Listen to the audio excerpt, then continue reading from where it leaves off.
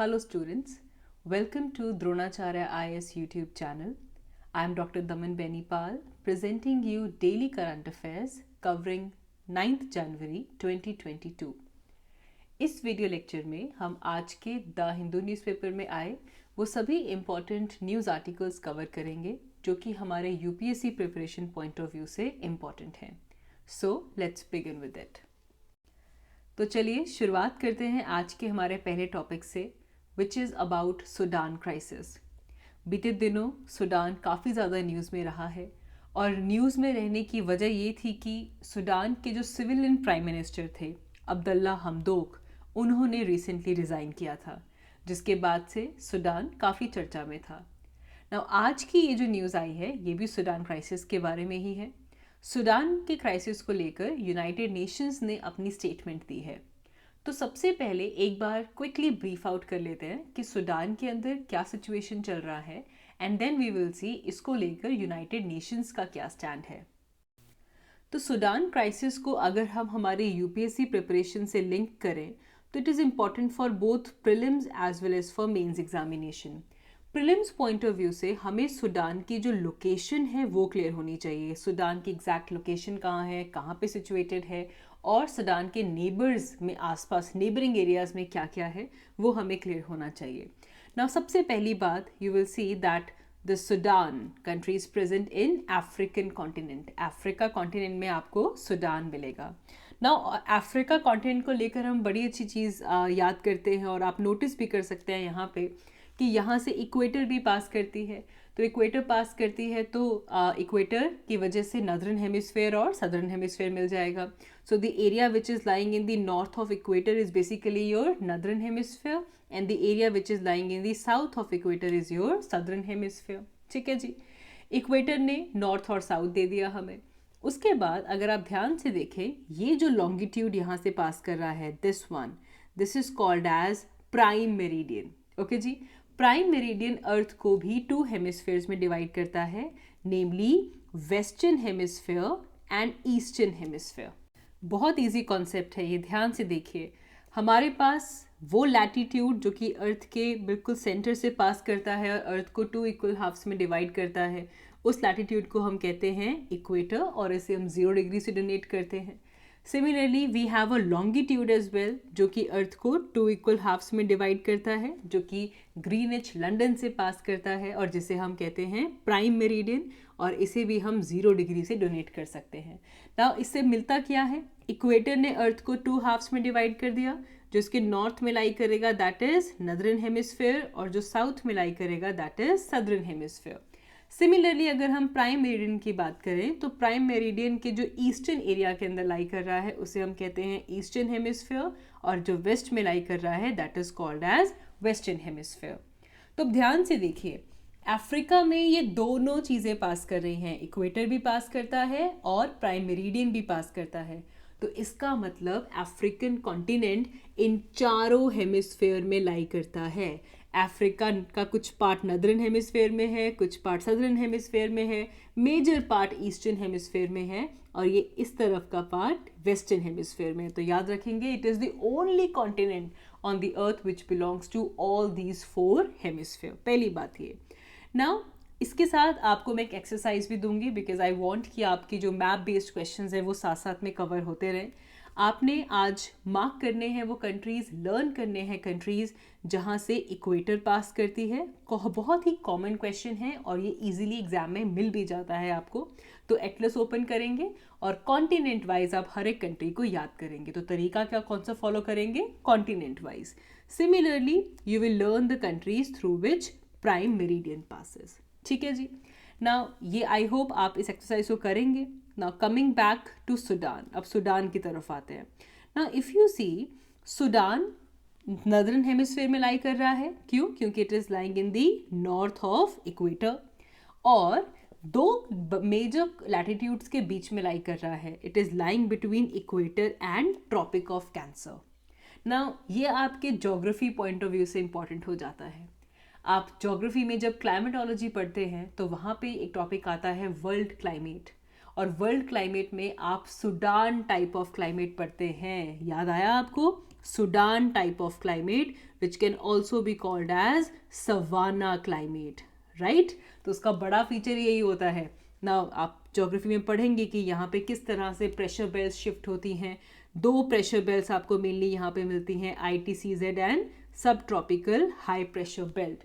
और ये इस लोकेशन की वजह से है, क्यों? Because it is lying between equator and Tropic of Cancer. तो मतलब अगर सूडान न्यूज़ में है और आप आज के आज सूडान टाइप ऑफ क्लाइमेट भी रिवाइज कर लीजिए।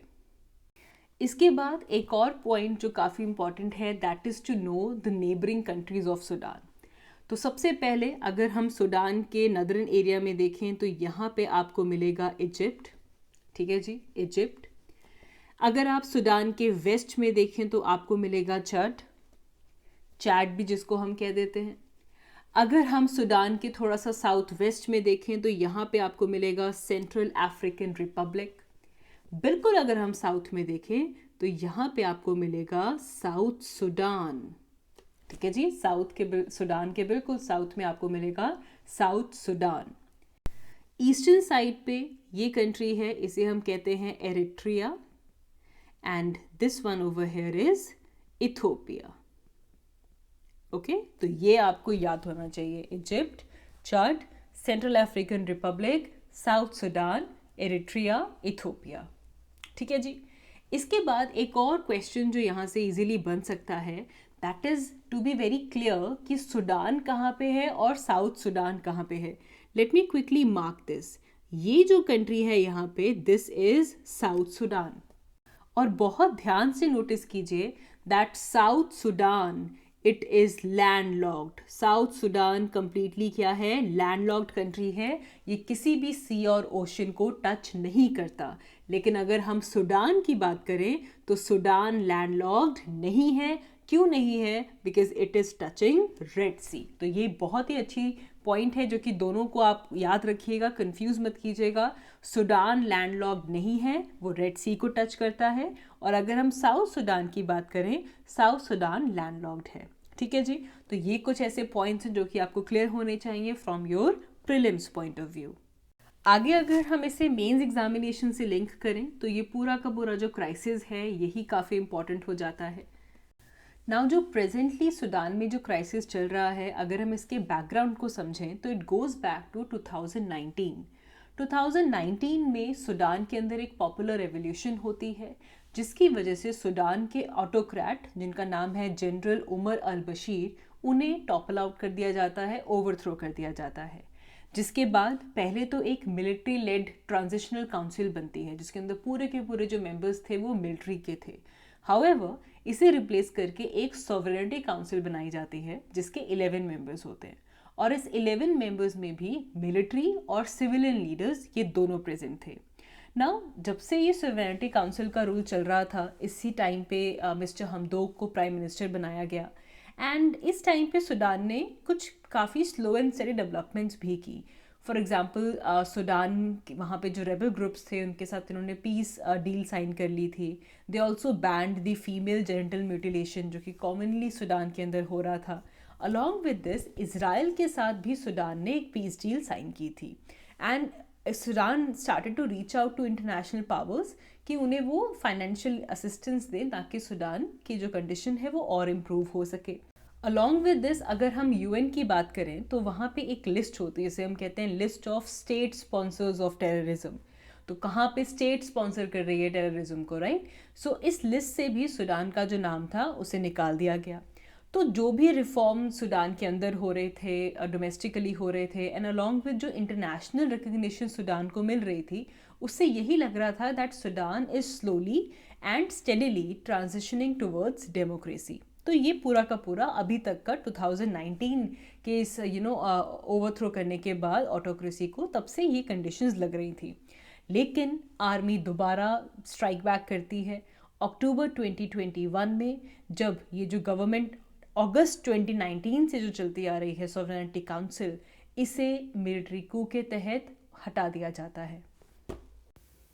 एंड इसीलिए ये जो रिसेंट कू हुआ अक्टूबर 2021 में, तब से जो प्रोटेस्टर्स हैं वो काफ़ी ज़्यादा प्रोटेस्ट कर रहे हैं against this coup and they want a democratic government.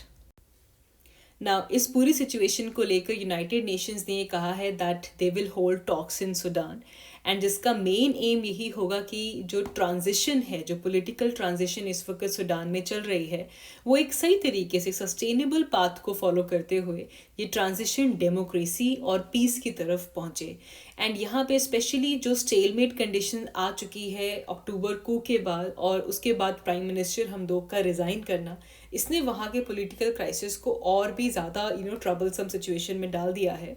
But UN is facilitating this political process and they are ensuring कि उनका मेन मकसद ही यही है कि वहाँ पे डेमोक्रेसी इस्टेब्लिश हो सके। आगे बढ़ते हैं। हमारी next news environment and ecology point of view से इम्पॉर्टेंट है। It is about Orang national park.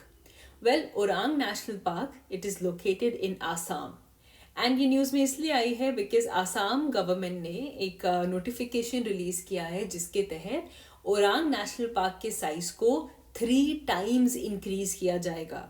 मतलब अभी ओरांग नेशनल पार्क का जो एरिया था that was around 78.82 square kilometre, लेकिन अब न्यू नोटिफिकेशन के अकॉर्डिंग ओरांग नेशनल पार्क को एक्सपैंड कर दिया जाएगा और उसका एरिया हो जाएगा, उसमें और जो एरिया ऐड किया जाएगा that would be 200.32 square kilometre. तो बेसिकली ओरांग नेशनल पार्क का जो एरिया है उसे इंक्रीज किया जा रहा है। नाउ ये जो एक्सपेंशन हो रही है इस नेशनल पार्क की, कहा जा रहा है कि इसका जो प्राइम बेनिफिशियरी होने वाला है दैट इज घड़ियाल्स। वेल, घड़ियाल जो कि ऑलमोस्ट 1950s से लेकर 6 डिकेड्स हो चुके हैं ब्रह्मपुत्र रिवर सिस्टम में वो प्रेजेंट नहीं है। Almost they were locally extinct. अगर हम ब्रह्मपुत्र की बात करें तो वहाँ पे घड़ियाल्स नहीं मिल रहे थे, लेकिन अब गवर्नमेंट ने कहा है कि वहाँ पे वो घड़ियाल को रिहैबिलिटेट करेंगे, उनको बेटर प्रोटेक्शन देंगे ताकि दोबारा ब्रह्मपुत्र रिवर सिस्टम के अंदर घड़ियाल सरवाइव कर सके। घड़ियाल्स के अलावा ये भी कहा जा रहा है कि यहाँ पे गेंजेटिक डॉल्फिन्स को भी इंट्रोड्यूस किया जाएगा इस पूरे एरिया के अंदर। एंड एक और स्टेटमेंट आई है कि there are around 16 species of turtles. Assam का जो लैंडस्केप है वहाँ पे at least there are 16 species of turtle which need more conservation. तो हो सकता है कि ये जो एक्सपैंडेड एरिया है यहाँ पे टर्टल की कंजर्वेशन भी की जाए। वेल, अब इस पूरे न्यूज़ आर्टिकल में हमारे पास बहुत सारी चीज़ें इंपॉर्टेंट हो जाती हैं। सबसे पहले आसाम की नेशनल पार्क्स हमें पता होनी चाहिए, उन नेशनल पार्क्स की लोकेशन कहाँ कहाँ पे है ये क्लियर होनी चाहिए। Will talk about Orang national park here as well. उसके अलावा यहाँ पे घड़ियाल की बात हुई है, we will see the status of घड़ियाल। देन गेंजेटिक डॉल्फिन्स की बात भी करेंगे। ओके जी, सो लेट्स बिगिन। नाउ अगर हम आसाम स्टेट की बात करें तो इंडिया में ये 3rd नंबर पे आता है। It has 3rd most national parks in India. 3rd most national parks in India मतलब सबसे ज़्यादा नेशनल पार्क्स प्रेजेंट हैं मध्य प्रदेश में। मध्य प्रदेश में आपको 12 नेशनल पार्क्स मिलती हैं। उसके बाद आता है Andaman and Nicobar islands. Andaman and Nicobar islands में हमें 9 नेशनल पार्क्स मिलती हैं। और 3rd नंबर पे आता है आसाम, जहाँ पे 7 नेशनल पार्क्स प्रेजेंट हैं। ना ये वैसे भी न्यूज़ में रहा है अब, क्योंकि रिसेंटली 2 नए नेशनल पार्क्स आसाम में ऐड किए गए थे। सो जून 2021 में दिहिंग पटकाई नेशनल पार्क और रायमोना नेशनल पार्क, ये 2 नेशनल पार्क्स ऐड किए जाते हैं। इसके अलावा जो 5 नेशनल पार्क्स हमारे पास हैं दे आर ओरांग, दिब्रू शैखोवा, काजीरंगा, मानस, नामेरी। ये पहले के 5 नेशनल पार्क्स थे। अब इसमें 2 नेशनल पार्क्स लेटेस्ट जो ऐड किए गए हैं they are Dihing Patkai and Raimona. तो एक बार क्विकली इन नेशनल पार्क्स की लोकेशन को देख लेते हैं। नाउ सबसे पहले शुरुआत करते हैं from the very eastern side, यहाँ से शुरू करते हैं एंड विल सी कि कौन कौन से नेशनल पार्क्स प्रेजेंट हैं। सबसे पहले बिल्कुल ब्रह्मपुत्र रिवर सिस्टम के साथ में आपको मिलेगा Dibru शैखोवा। Okay ji, Dibru शैखोवा। And Dibru शैखोवा के बिल्कुल साथ में यहाँ पे आपको मिलेगा दिहिंग पटकाई नेशनल पार्क। ना याद रखिएगा दिहिंग पटकाई नेशनल पार्क जून 2021 में ऐड हुआ है। ये एक रिसेंटली एडेड नेशनल पार्क है, तो it is important from our examination point of view. याद रखेंगे दिहिंग पटकाई नेशनल पार्क। ठीक है जी। आगे अगर हम बढ़े इसके बाद तो नेक्स्ट आपको मिलेगा यहाँ पे नामेरी नेशनल पार्क। ठीक है जी, ये रहा आपका Nameri national park. Nameri national park के साउथ में आपको यहाँ पे मिलेगा काजीरंगा नेशनल पार्क, ठीक है जी, काजीरंगा। एंड जिस नेशनल पार्क की न्यूज़ आई है that is Orang national park. Now you can see कि काजीरंगा और ओरांग नेशनल पार्क कितने क्लोजली सिचुएटेड हैं, और ये भी कहा जाता है कि ये जो ट्रांजिशन एरिया है फ्रॉम ओरांग एंड काजीरंगा, बहुत सारे राइनोज, एलिफेंट्स, यहाँ पे लगातार इनका कॉरिडोर है, ये यहाँ से मूव करते रहते हैं from Kaziranga to Orang. Okay, तो ये जो लैंडस्केप है it is very important. Brahmaputra के अराउंड दोनों ओरांग और काजीरंगा आपको मिल जाएंगी। आगे अगर हम बढ़ते हैं तो नेक्स्ट हमारे पास आती है मानस नेशनल पार्क, ठीक है जी। एंड बिल्कुल वेस्ट बंगाल के बॉर्डर के पास another newly added national park which is your Raimona national park, ठीक है जी। तो याद रखेंगे, इसे अपनी एटलस में मार्क भी कर लीजिएगा। दिब्रू साइखोवा, दिहिंग पटकाई, काजीरंगा, नामेरी, ओरांग, मानस एंड रायमोना। तो सबसे पहले तो आपको आसाम की ये 7 नेशनल पार्क्स याद होनी चाहिए। ना अगर हम यहाँ पे कुछ और फैक्टर्स डिस्कस करें तो आसाम की 2 नेशनल पार्क्स ऐसी हैं जो कि यूनेस्को वर्ल्ड हेरिटेज साइट हैं। They are world heritage sites जो आसाम में हैं। याद रखिएगा, number 1 is Kaziranga. Kaziranga is UNESCO's world heritage site in Assam. And दूसरे नंबर पे आती है मानस। तो 2 नेशनल पार्क्स ऐसी हैं जो कि यूनेस्को के वर्ल्ड हेरिटेज साइट्स के अंदर आती हैं। इसके अलावा अगर हम टाइगर रिजर्व की बात करें तो टाइगर रिजर्व तो यहाँ पे आपको बहुत सारे मिल जाएंगे। फॉर एग्जांपल सबसे पहले Kaziranga is a tiger reserve as well. Manas national park is also a tiger reserve. उसके बाद हमें यहाँ पे जो नामेरी नेशनल पार्क मिलती है वहाँ पे भी टाइगर रिजर्व है, और ओरांग भी एक टाइगर रिजर्व है। सो काजीरंगा, मानस, ओरांग एंड नामेरी, ये 4 टाइगर रिजर्व्स आपको आसाम में मिलेंगे, ठीक है जी। तो टाइगर रिजर्व्स कितने हो गए? 4। यूनेस्को वर्ल्ड हेरिटेज साइट्स कितनी हो गई? 2, ठीक है। टाइगर रिजर्व कौन कौन से हो गए? काजीरंगा, मानस, नामेरी एंड ओरांग। इसके बाद एक और जो इम्पोर्टेंट क्वेश्चन आपको क्लियर होना चाहिए, आसाम में एक बायोस्फीयर रिजर्व भी है। आसाम के बायोस्फीयर रिजर्व को हम कहते हैं दिब्रू साइखोवा बायोस्फीयर रिजर्व। याद रखिएगा, ये पॉइंट्स बहुत इंपॉर्टेंट हैं। Dibru Saikhowa biosphere reserves. And क्योंकि हम लगातार 2-3 वीडियोस में रामसर साइट्स की बात कर रहे हैं, तो आसाम में जो आपको रामसर साइट मिलती है उसका नाम है दियोपुर भील। याद रखिएगा, ये सारे के सारे पॉइंट्स आपके प्रीलिम्स पॉइंट ऑफ व्यू से इंपॉर्टेंट हैं। UNESCO world heritage sites they are 2 in Assam. कौन कौन से? Kaziranga and Manas. Tiger reserves यहाँ पे 4 हैं, Manas, Orang, Kaziranga and Nameri. Biosphere reserve यहाँ पे 1 है which is your Dibru Saikhowa. इसके बाद रामसर साइट भी आसाम में 1 है which is Deepor Beel. Do remember this. Now इससे पहले ओरांग नेशनल पार्क वैसे भी न्यूज़ में रहा था, क्योंकि रिसेंटली इसका पुराना नाम होता था राजीव गांधी ओरांग नेशनल पार्क। तो इसके आगे से राजीव गांधी जो है उसे हटाया गया था। Assam government recently Orang national park इसलिए भी न्यूज़ में था, तो इसका जो राजीव गांधी ओरांग नेशनल पार्क जो नेम था उसमें से राजीव गांधी को हटा दिया गया है। नाउ यहाँ पे याद रखेंगे, इसकी ज्योग्राफी काफ़ी इंपॉर्टेंट हो जाती है। यू कैन क्लियरली सी कि जो हमारा ओरांग नेशनल पार्क है ये ब्रह्मपुत्रा रिवर के बिल्कुल नदरन बैंक पे लाई कर रहा है, ठीक है जी। इसके अलावा यहाँ पे ब्रह्मपुत्र की कुछ इम्पॉर्टेंट ट्रिब्यूटरीज भी हैं जो कि ओरांग नेशनल पार्क की ईस्टर्न और वेस्टर्न बाउंड्रीज बनाती हैं। फॉर एग्जाम्पल अगर हम देखें ओरांग नेशनल पार्क की, अगर हम ईस्टर्न बाउंड्री की बात करें तो यहाँ पे कुछ हमें एक रिवर मिलती है which is called as Panchnoi, ठीक है जी, Panchnoi river. And then there is another river which is called as Dhansiri. आपके ऑक्सफोर्ड एटलस में आपको क्लियरली धनसिरी रिवर मिल जाएगी। Dhansiri river Orang national park का वेस्टर्न बॉर्डर बनाती है, ठीक है जी। ये दोनों ही ट्रिब्यूटरीज हैं ब्रह्मपुत्र की। ओरांग नेशनल पार्क का जो एरिया है, टेरेन जो है वो काफ़ी फ्लैट है एंड ये मेनली ब्रह्मपुत्र रिवर का फ्लड प्लेन है। तो अगेन आपके जो प्रीलिम्स में काफ़ी बार नेशनल पार्क्स में से कौन कौन सी रिवर्स पास कर रही हैं उस पर क्वेश्चन आ जाता है। तो याद रखेंगे ओरांग नेशनल पार्क से पंचनोई रिवर और धनसिरी रिवर पास करते हैं। सो नाउ क्विकली घड़ियाल की बात कर लेते हैं डिटेल में। तो घड़ियाल, जिसे बहुत कॉमनली गैवियल्स भी बोल देते हैं, ये बेसिकली एशियन क्रोकोडाइल है। एंड इसे डिस्टिंग्विश कर सकते हैं क्योंकि इनकी जो स्नाउट होती है वो काफ़ी ज़्यादा लॉन्ग और काफ़ी थिन होती है। आप यहाँ पे देख भी सकते हैं, they have a very long and a very thin snout. Okay, so crocodiles, they are basically crocodilian पूरा ग्रुप है जिसमें रेप्टाइल्स आ जाते हैं, जिसमें क्रोकोडाइल्स, एलिगेटर्स, केमन्स और काफ़ी ज़्यादा और इसके अंदर स्पीशीज़ आ जाती हैं ना। अगर हम इंडिया की बात करें तो इंडिया में क्रोकोडाइल्स की 3 बड़ी स्पीशीज़ प्रेजेंट हैं। सबसे पहले तो यहाँ पे हमें घड़ियाल मिल जाता है, ठीक है जी। उसके बाद इंडिया में हमें मगर क्रोकोडाइल भी मिलता है, मगर क्रोकोडाइल। एंड थर्डली हमें इंडिया के अंदर सॉल्ट वाटर क्रोकोडाइल भी मिलता है।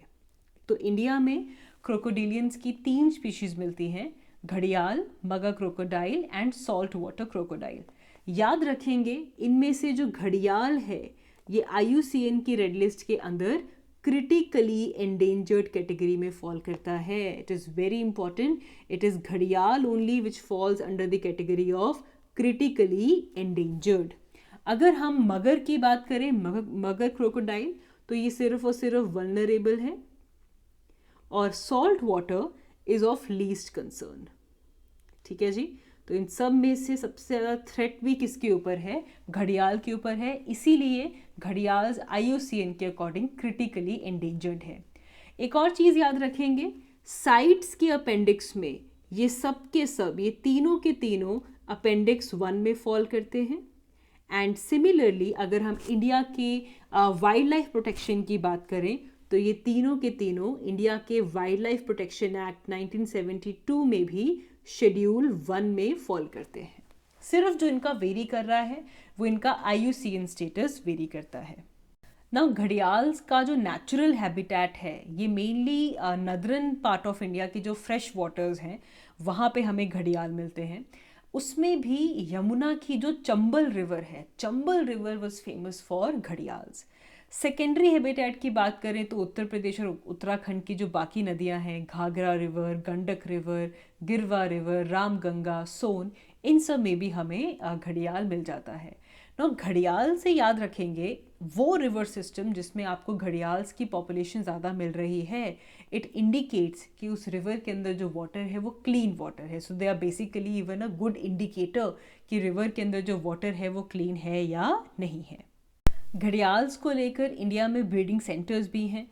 सबसे पहले आपको यूपी में ब्रीडिंग सेंटर मिल जाता है जिसे हम कहते हैं कुकरेल घड़ियाल रिहैबिलिटेशन सेंटर, बेसिकली लखनऊ में है। इसके अलावा मध्य प्रदेश में हमें चंबल, नेशनल चंबल सेंचुरी, वहाँ पे भी ये मिल जाता है। इसे घड़ियाल इको पार्क भी बोल देते हैं ना। घड़ियाल्स बेसिकली क्रिटिकली इंडेंजर्ड इसलिए हैं because they are under lot of threats. सबसे पहला थ्रेट तो ये है रिवर पोल्यूशन बढ़ जाता है जिसकी वजह से ये सर्वाइव नहीं कर पाते, या फिर कहीं पे डैम कंस्ट्रक्शन हो रही है, या फिर किसी एरिया में मैसिव स्केल पे फिशिंग चल रही है। साथ ही में अगर फ्लड्स वगैरह आते हैं तो भी घड़ियाल्स की पॉपुलेशन पे उसका इफेक्ट होता है। Then there is the biggest threat to घड़ियाल is the illegal sand mining and there poaching, जिसकी वजह से घड़ियाल IUCN की लिस्ट में क्रिटिकली एंडेंजर्ड हैं। और अब जो ओरांग का जो एरिया बढ़ाया जा रहा है उसका मेजर बेनिफिशियरी कौन होने वाले हैं? घड़ियाल्स। नेक्स्ट जो स्पीशी की बात इस आर्टिकल में हुई है दैट इज़ गंजेटिक डॉल्फिन। तो ये पहली बार गंगा के अंदर इसको डिस्कवर किया गया था। अराउंड 1801 में ये पहली बार डिस्कवर होती है। एंड ये जो गंजेटिक डॉल्फिन है ये गंगा, ब्रह्मपुत्र, मेघना, कर्णफूली एंड सांगू रिवर के अंदर मेनली नेपाल, इंडिया और बांग्लादेश में हमें ये मिलती हैं। They can only survive in fresh water, ये बात याद रखेंगे। And they are also blind, ठीक है जी। तो ये हंट कैसे करते हैं? जो हमारे गंजेटिक डॉल्फिन्स हैं ये अल्ट्रासोनिक साउंड्स को एमिट करते हैं। एंड जैसे ही वो फिश या किसी प्रे के पास पहुंचते हैं तो वो बाउंस ऑफ करती है। तो इससे जो गंजेटिक डॉल्फिन है वो आइडेंटिफाई करती है कि ओके कितना बड़ा मेरा प्रे है, वो कितने डिस्टेंस पे है, एंड देन दे अटैक। तो बड़ी ये इंपॉर्टेंट बात है कि ये जो गंजेटिक डॉल्फिन है ये ब्लाइंड है लेकिन फिर भी ये अल्ट्रासोनिक साउंड्स को रिलीज करके अपने प्रे को हंट करती है। इन्हें सूसू के नाम से भी पुकारा जाता है। जिस तरह घड़ियाल इंडिकेटर हैं कि रिवर इकोसिस्टम कैसा है, वैसे ही गेंजेटिक डॉल्फिन्स भी एक रिलायबल इंडिकेटर हैं कि रिवर सिस्टम कैसा चल रहा है ना। 2009 में गेंजेटिक डॉल्फिन्स को इंडिया का नेशनल एक्वेटिक एनिमल डिक्लेयर किया गया। So the national aquatic animal of India is basically Gangetic dolphin ना। अगर हम इसके स्टेटस की बात करें तो IUCN के according Gangetic dolphins they are endangered ना। ये इंडेंजर्ड इसलिए है because they are also facing a lot of threats. सबसे बड़ा थ्रेट तो ये है दैट इनको कैच कर लिया जाता है as by catch.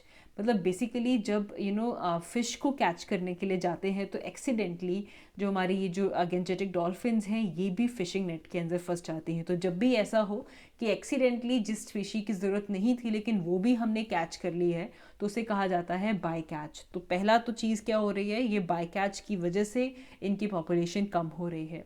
Then of course pollution जो रिवर सिस्टम है उसका जो हैबिटेट है उसे डिग्रेड कर रहा है। इंडस्ट्रियल, एग्रीकल्चरल, ह्यूमन पोल्यूशन, इन सब की वजह से इनका जो हैबिटेट है वो डिग्रेड हो रहा है। देन डैम्स, जब कहीं पे डैम्स बनते हैं या फिर जब इरिगेशन प्रोजेक्ट्स बनते हैं तो उसकी वजह से ये जो स्पीशीज़ हैं ये और भी ज़्यादा वल्नरेबल हो जाती हैं because now they can not move to new areas. जिस एरिया में वो फंस गई वो वहीं के वहीं रह जाती हैं।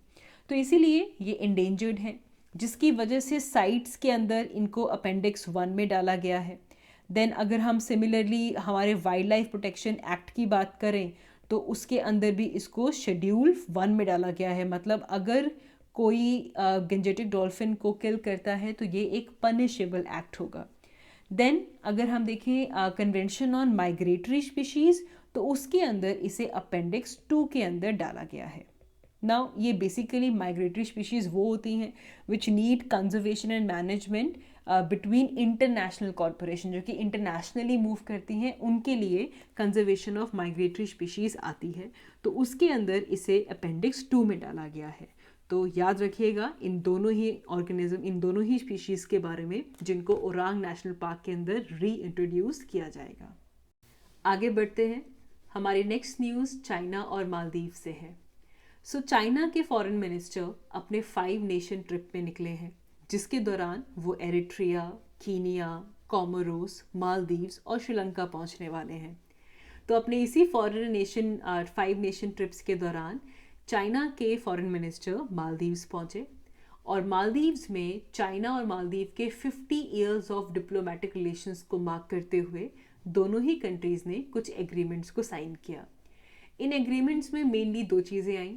पहली, ज़्यादातर एग्रीमेंट्स मालदीव्स के इंफ्रास्ट्रक्चर को डेवलप करने के लिए, इंफ्रास्ट्रक्चर को मेंटेन करने के लिए किए गए हैं। एंड सेकेंडली, अब मालदीवियंस चाइना में ट्रैवल कर सकते हैं for 30 days and they need no visa. So visa free travel जो है वो मालदीवियंस के लिए चाइना ने ग्रांट किया है। जैसे ही पैंडमिक सिचुएशंस जो रिस्ट्रिक्शंस हैं वो अपलिफ्ट होती हैं तब से ये इम्प्लीमेंट हो जाएगा।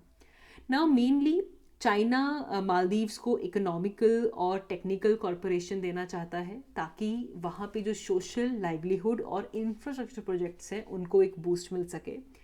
नाउ चाइना और मालदीव्स की फ्रेंडशिप में एक ब्रिज बहुत इंपॉर्टेंट है। चाइना की असिस्टेंस से मालदीव्स में 1.4 किलोमीटर लॉन्ग ब्रिज बनता है और इसकी इम्पोर्टेंस ये है कि ये ब्रिज मालदीव्स की कैपिटल माले को कनेक्ट करेगा with an island of Maldives which is Hulhumale. इन दोनों को माले और हुल हु माले को कनेक्ट करने वाला जो ब्रिज है वो चाइना की असिस्टेंस से बना है। चाइना ने इसी के साथ साथ जो सी वाटर डिसैलिनेशन प्रोजेक्ट है मालदीव्स के लिए उसके अंदर भी कॉरपोरेशन जताई है और साथ ही में हेल्थ सेक्टर को भी बूस्ट देने की बात की है ना। अगर हम इस पूरे एग्रीमेंट की बात करें तो इंडिया के लिए काफ़ी इम्पॉर्टेंट है। इंडिया इस विज़िट को बहुत ही क्लोजली वॉच कर रहा है क्योंकि वहाँ पे जो गवर्नमेंट है, मालदीवियन गवर्नमेंट, वो ओपनली परस्यू करती है कि उनकी इंडिया फर्स्ट फॉरेन पॉलिसी है। मतलब चाइना और इंडिया के बीच में अगर बात की जाए तो Maldives will follow India first policy, right. लेकिन 2018 के बाद जब रजीम चेंज होता है तब से इवन इंडिया इज़ कमिटेड कि वो 1.4 बिलियन की एड मालदीव्स को दे for the development of island, जो कि जहाँ पे 5.5 लाख लोग रहते हैं। नाउ यहाँ पे नोट करने वाली चीज़ ये है कि मालदीव्स में इस वक्त इंडिया आउट कैंपेन भी चल रहा है। ये वो सेक्टर्स हैं मालदीव्स के अंदर जो कि इंडिया की जो मिलिट्री प्रेजेंस मालदीव्स के अराउंड है उसे अपोज कर रहे हैं और उसको लेकर ये इंडिया आउट कैंपेन को चला रहे हैं। और ये बीते दिनों काफ़ी इंटेंसीफाई भी हो गया था और उसी टाइम पे चाइना का वहाँ पे विजिट करना, तो इसीलिए चाइना में मालदीव्स के साथ जो भी वहाँ पे डेवलपमेंट हो रही हैं उसे क्लोजली वॉच कर रहा है India. So that is it for today's video. इस वीडियो लेक्चर में हमने आज के द हिंदू न्यूज़पेपर में आए हुए वो इम्पॉर्टेंट टॉपिक्स को कवर किया है जो कि हमारे UPSC examination point of view से इम्पॉर्टेंट है। I hope you guys enjoyed this lecture. So that is all from my side. Thank you very much. Thanks for watching Dronacharya IAS YouTube channel. Thank you.